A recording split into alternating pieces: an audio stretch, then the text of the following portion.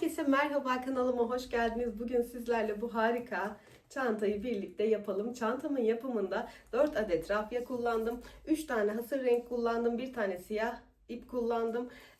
Korekalar yeni. Ben çok sevdim. Örümü çok güzel.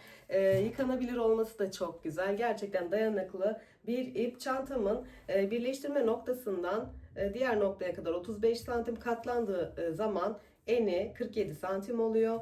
Uzunluğu 35 santim. Çantamın sapı benim özel isteğim üzerine yapıldı. Sevgili Asilobi çanta aksesuar sayfasının isteğim üzerine tasarladı. Bu sapı da çok yakıştırdım ben çantama. Çantam bu şekilde. 3,5 milimlik tığ kullandım. Her rengi yapılası bir çanta. Gerçekten hem plaj kullanımına uygun hem de günlük kullanıma çok uygun bir çanta oldu. Hemen sizlere diğer çalıştığım rengi de gösterdikten sonra yapımına geçelim istiyorum. Ben bu rengini de çalıştım. Bu da çok güzel oldu bakın. Bunu yerli rafya ile çalıştım. Daha tok bir görünüm elde ettim. Şöyle yanları daha büyük oldu. Çantamın yapımına geçmeden önce lütfen kanalıma abone olmayı, beğeni ve yorum yapmayı unutmayın. Haydi hep birlikte çantamın yapımına geçelim. Tüm malzemeleri açıklama kısmına link olarak bırakacağım. Kolaylıkla ulaşabilirsiniz. Hemen çantamın yapımına geçelim istiyorum. Çantam toplamda 3 parçadan oluşuyor. Ön ve arka ve yan körükten oluşuyor. Çantam için toplamda 3 tane kese kağıdı Milano'nun Koreka rafyasını kullandım. Bir tane de siyah rafyasını kullandım. Bu rafyaları deneme amaçlı kullandım. Oldukça sağlam bir rafyadır. Benim testimden geçti. Çok beğendim. Tavsiye de ederim sizlere. Hemen dediğim gibi modelime geçmek istiyorum. Bunu istediğiniz tüm iplerle çalışabilirsiniz. Rafya olur, kağıt ip olur. Her iple çalışabilirsiniz. Şimdi çantamıza toplamda 62 tane zincir çekiyoruz. Artı bir tane dönüş için kullanıyoruz. 63 tane zincir çektim. Bir tane 3,5 milimlik tığ kullanıyorum. Bir tane dönüş için çektiğim zincirime batmıyorum. 62. zincirime batarak arka tek çizgilerine şu şekilde sık iğneler yapacağım.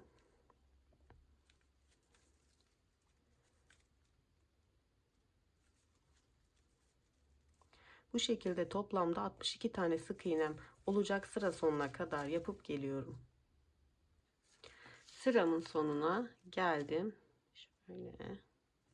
Sonuncu sık iğneme de şu şekilde battım ve sık iğnemi yaptım.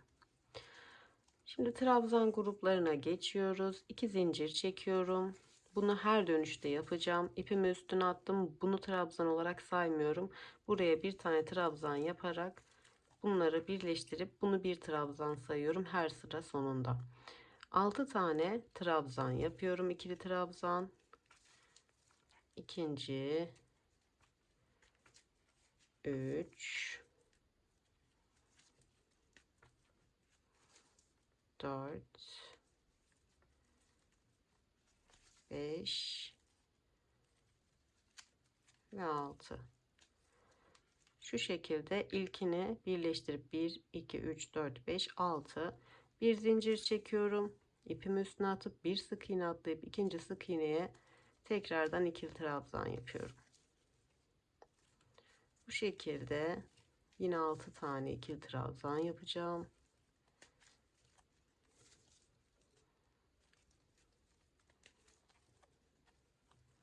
Rafyanın dokusunu gerçekten çok beğendim.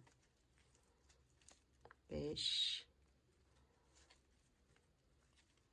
ve 6. Arada bir zincir çekiyorum. Tekrar bir sık iğne atlayıp ikinciye ikili trabzan grubu yapıyorum. Sıra sonuna kadar 6 tane ikili trabzan, bir zincir, bir boşluk atlayıp ikinciye. Sıra sonuna kadar bu şekilde yapıyoruz. Toplamda 9 tane ikili trabzan grubumuz olacak. Sıramın sonuna geldim. Sonuncu ikili trabzanımı da sık iğneme batıyorum. Ve 9 tane ikili trabzan grubum olmuş oldu bu şekilde. Şimdi 2 tane zincir çekiyorum. Her sıra sonunda bunu yaptığımı söylemiştim. Dönüyorum. İlk sık iğne trabzanın tepesine batıyorum. İkili trabzan yaparak bunu bir sayıyorum. İpimi üstüne atıp 6 tane trabzanın üstüne tekrardan 6 tane ikili trabzan yapıyorum.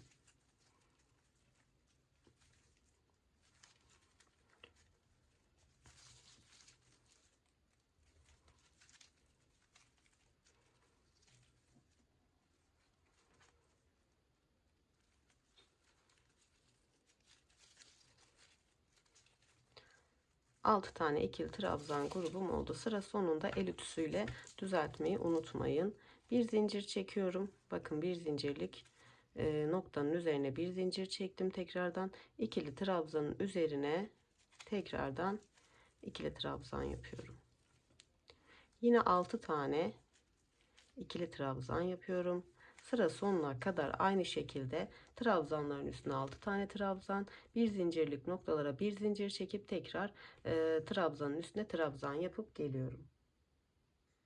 Sıramın sonuna geldim. Burada batacağımız noktayı size göstereyim. Ne demiştik? Trabzanla zincirle çıktığımız noktayı bir sayıyoruz. Burada batacağımız yeri çevirince bakın zaten belli. Şu noktaya ikili trabzan yaparak burayı da altıncıya tamamlamış oluyoruz. Sağdaki soldaki kusurlar hiç önemli değil, takmayın, ama sıra sonunda muhakkak el ütüsüyle düzeltin modelinizi. Tekrardan bakın bunu şöyle trabzanımın sonuncusunu söktüm. Burada 2 sıra trabzan grubu, 1 sıra sık iğne, 2 sıra trabzan, 1 trabzan, 1 sıra sık iğne. İlmeğimde 2 tane kaldıktan sonra siyah ipimi alıyorum. Burayı sıkıştırdıktan sonra bir zincir çekiyorum. Sıkıştırıyorum ipimi. Dönüyorum ilk sık iğneye, ama buradaki tek püf noktası, şu renk ipimi muhakkak yürüteceğim. Yürütüp sıra sonuna kendiyle götüreceğim. Her sırada bunu yapacağım. Yani her siyah sık iğne sırasında diğer rengimi karşı tarafa götürmek zorundayım. Öncelikle şuraya bir tane sık iğne yapacağım. Şu ipleri de alta alarak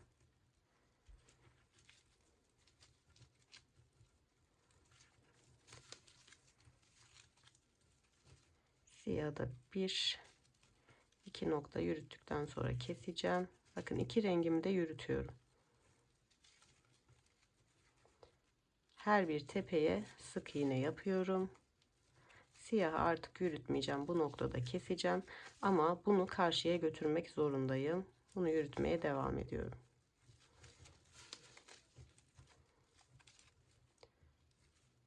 Bütün trabzanların tepesine birer tane sık iğne battım. Şimdi bir zincirlik boşluğa geldim. Bir zincirlik boşluğa giriyorum ve sık iğne yapıyorum. Bu şekilde her tepeye bir tane sık iğne yapın. İpi de kendiniz de yürütün. Karşı noktaya kadar bir zincirlik boşluklara, aralara girip sık iğne yapmanız yeterli. Sıra sonuna kadar yapıp geliyorum. Sıramın sonuna geliyorum. Bakın ipimi yürüttüm. Yürütmezseniz sürekli düğüm yapmak zorunda kalacaksınız. Tamamen tercihinize bağlı. Yine sonuncu ilmeğime geldim. Bakın batmam gereken yere öne bakınca anlıyorum. Buna da batıyorum. Bu defa diğer ipime geçerek son ilmeği yapıyorum. Bunu da sıkıştırıyorum. Siyahı şöyle yaparak da 2 zincir çekeceğim. 1 2 zincirle yukarıya çıktım. Siyahla işim bitti. Siyah artık bu noktada kalacak. Ben ikili trabzan grubumu git gel yapacağım. Siyahla aynı noktada tekrar buluşuyoruz. Siyahı yürütmemize gerek yok. İpimi üstüne attım. İlk sık iğneye ikili trabzan yaparak bunu bir ikili trabzan sayıyorum. Ve 6 tane ikili trabzan yapıyorum toplamda. Modelimiz artık tekrara girdi. Şu detayı da söyleyeyim. Sık iğne biraz kasma yapacağı için el ütüsü yapmayı lütfen unutmayın. Modeliniz de dümdüz olmuş olsun bu sayede.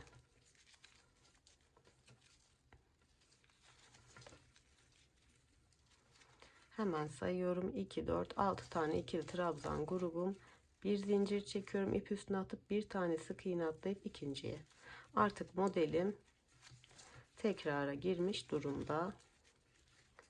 Bu şekilde modelimizi yapıyoruz artık. Kaç sıra yapıyoruz? İkili trabzan gruplarını sayarsak toplamda 11 sıra yapıyoruz. Farklı iplerle çalışırsanız çantanızın ölçüsü farklı olacaktır. Benimki 34'e 35 santim. 34'e tam 35 santim benim ölçüm ama ölçüleri takılmayın. Farklı iplerle çalıştığınızda farklı boyutlar elde edersiniz. 11 sıra ikili trabzan grubumu saydığımda 11 sıra örüp bıraktım. Bunu da 11 sıra yapıp tamamlayıp bırakacağım. Daha sonra yan körüye geçeceğiz. Şimdi yan körüğün ölçülerini de sizlere vermek istiyorum. Altılı trabzan grubundan 4 tane kullanacağız. 24 tane zincir, 25, 26, 27 tane zincir çekiyoruz. Bir tane de dönüş için, yani toplamda 28 zincir çekip bu şekilde yine aynı modeli kuracağız. Arka tek çizgilere ikili trabzan sık iğne yapıyoruz. Sıra sonuna kadar bir tane dönüş için kullandım. Toplamda 27 tane sık iğnem olacak. Çok sık olmuş. Sıra sonuna kadar bu şekilde sık iğne yapıp geliyorum. Sonuncu zincirime de geldim. Ona da bir sık iğne yaparak şöyle şu ipimi de arkaya alıyorum. Toplamda 27 tane sık iğnem oldu. 2 zincir çekiyorum. Yine diğerinde yaptığım dönüşü yaparak ipimi üstüne atıyorum. İkili trabzan yapıyorum. Bu benim ilk ikili trabzanım sayılıyor. Bir tane ikili trabzan sayılıyor. Toplamda 6 tane ikili trabzan yapıyorum.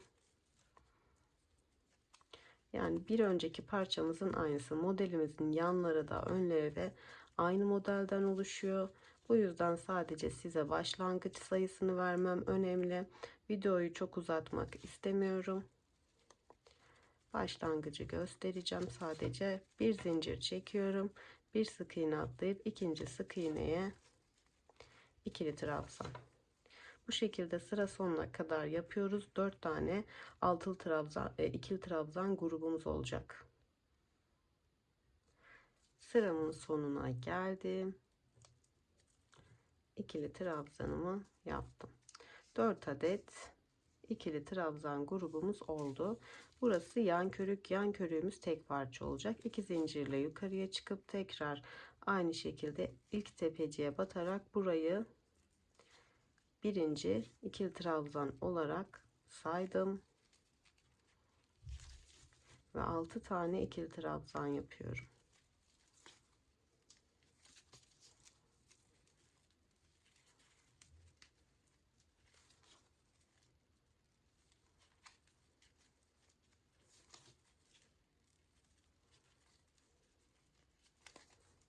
Bir zincir çekip tekrar trabzanın tepesine gidiyorum.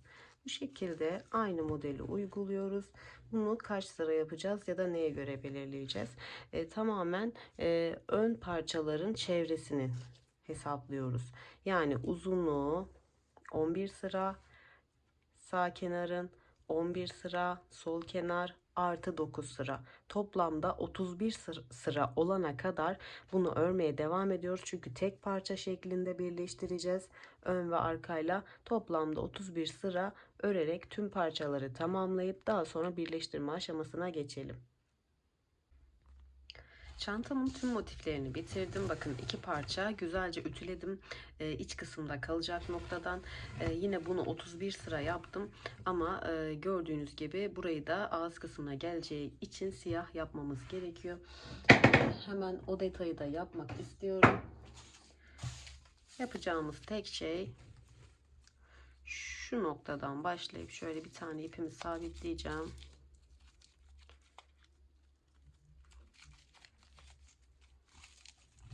Şu noktadan başlıyoruz. Bir sık iğne yaptım. Her bir sık iğne tepesine bir adet sık iğne yapıyoruz. Bağladığım ipimi de birlikte yürüteceğim.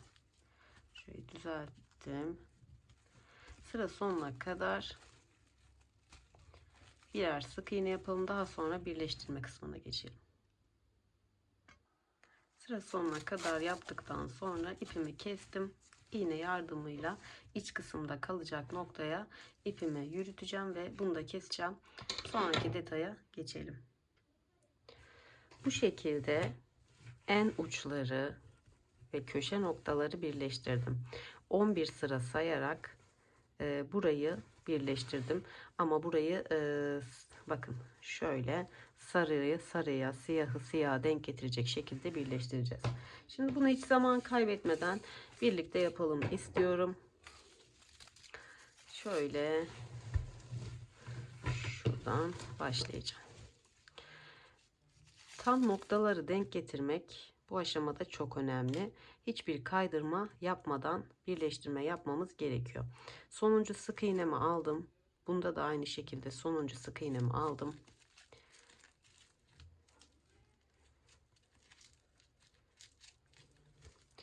Ve sırasıyla sık iğne yaparak sık iğne yöntemiyle birleştireceğim. Şu ipimi bir adım yürüteyim.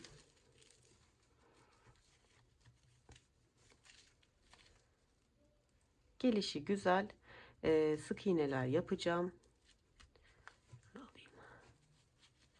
Önemli olan noktaları eşit bir şekilde denk getirmek. Yani demek istediğim şu siyahları siyahlara denk getirmek. Kremleri hasır rengi denk getirmek. Hemen bunun ortadan girdim. Karşıdakinin de tam ortasından. Birleştirmenin tek püf noktası dediğim gibi denk getirebilmek. Şimdi siyaha geçtim.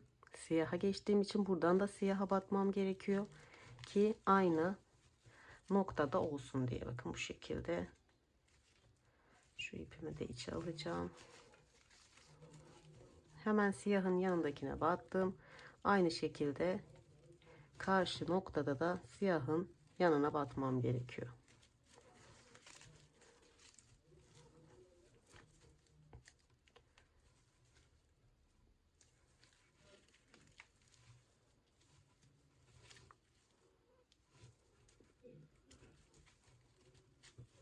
Bu şekilde taban kısmı yani diğer işaretleyicimin olduğu noktaya kadar düzgün bir şekilde birleştirip geliyorum. İşaretleyicimin olduğu noktaya gelmek üzereyim. Şöyle.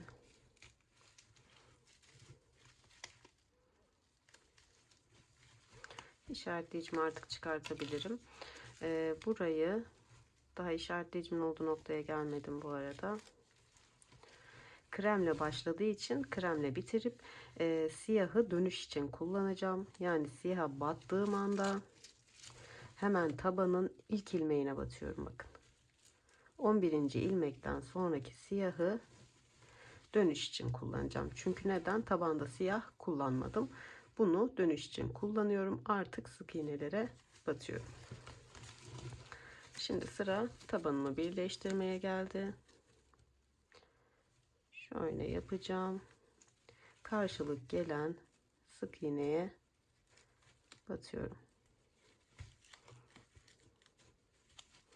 Burada da önemli olan nokta renkleri denk getirmek değil, boyutu denk getirmek. Yani çünkü burada bir renk uyumu olmayacak. Rengi takip etmeyeceğiz. Önemli olan bu 9 sırayı bu tabana denk getirebilmek. Sıradakine girdim. Yani bu tamamen sizin artık stratejinize kalmış. Bunu şuraya batın, şunu buraya batın diyemem. Boyutunu ayarlamamız gerekiyor. Sıradaki sık iğnedeyim. Şimdi yine aynı yere batacağım. Karşıda farklı yere batacağım.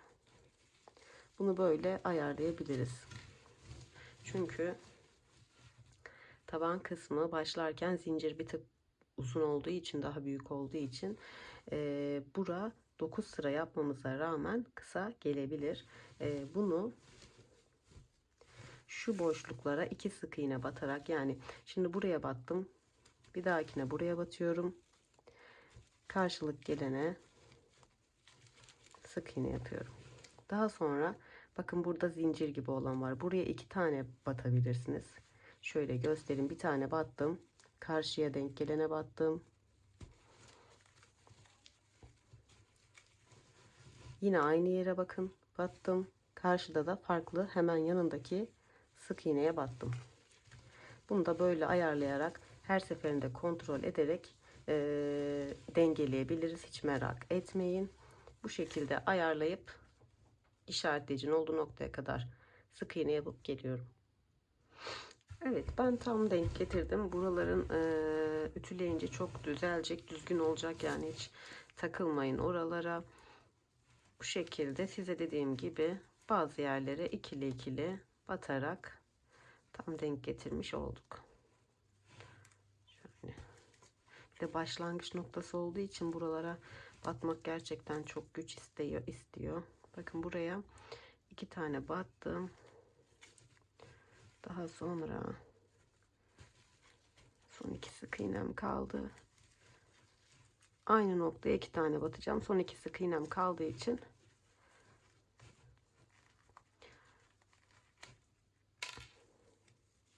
sonuncuya da bu şekilde yaptım. Şimdi artık bu noktayı biliyoruz zaten. Siyahı siyaha denk getiriyoruz. Gerekirse çekiştiriyoruz. Bu şekilde bunu da sıra sonuna kadar birleştiriyorum. İpimi bu noktada kopartıp gizliyorum. Daha sonra yine bunu birleştiriyorum. İlmek tutucularla, bunlarla muhakkak yapın ki sayıları karıştırmayın. İki parçayı da tamamen birleştirip geleceğim. Daha sonra da sap kısmına geçeceğiz. Şimdi çantam tamamen bitti. Birleştirmelerini güzelce yaptım. Bugün Asil Hobi'ye gittim. Ve Hasan Bey'e daha önce kullanılmamış bir sap istediğimi söyledim. Sap çantamın önüne geçmeyecek ama çantama da çok yakışacak dedim. O da sağ olsun beni kırmadı ve bu harika çanta saplarını benim bu çantam için tasarladı. Sadece benim çantama özel bir sap oldu. Tabii bütün malzemeleri yine Asil Hobi'den alabilirsiniz diyorum. Şimdi bunu kendi ipiyle istediğiniz uzunlukta dikebilirsiniz. Ya daha aşağıya ya daha yukarıya. Ben şimdi yine bunu kendi ipiyle şöyle dikeceğim. 2 tane örnek burada bırakacağım. 2 tane örnek burada bırakıp tam ortaya dikeceğim. Daha sonra astar dikeceğim. Çantamın çıtçıtlarını dikeceğim ve yine sonucu sizinle paylaşmış olacağım. Çok kolay bir şekilde dikeriz zaten. Bunda zorlanacağınızı düşünmüyorum. Hemen dikip tamamlayıp geliyorum çantamı. Yani bir sap bir çantaya ne kadar yakışırsa o kadar yakıştı gerçekten. En önemli noktası da benim için özel tasarlanması, isteğim üzerine özel tasarlanması oldu. Asil Hobi çanta aksesuar sayfasından temin edebilirsiniz. İplerim Milano Raffia ama istediğiniz iple, kağıt iple dahil çalışabilirsiniz. Çantamın sapı da gördüğünüz gibi çok güzel oldu. İçine astar da yaptım. 2 tane de cep koydum çantama. Yine videolarım kısmında 2 tane astar yapım videosu mevcut. Oradan bakarak yapabilirsiniz. Yine Instagram'dan da beni takip edebilirsiniz. Nezcraft olarak ulaşabilirsiniz bana oradan. Böylece bir çantamın daha sonuna geldik. Açıklama kısmını muhakkak okuyun. Açıklamada tüm detaylar mevcut olacak. Bir sonraki projede görüşmek üzere. Kendinize çok çok iyi bakın. Hoşçakalın.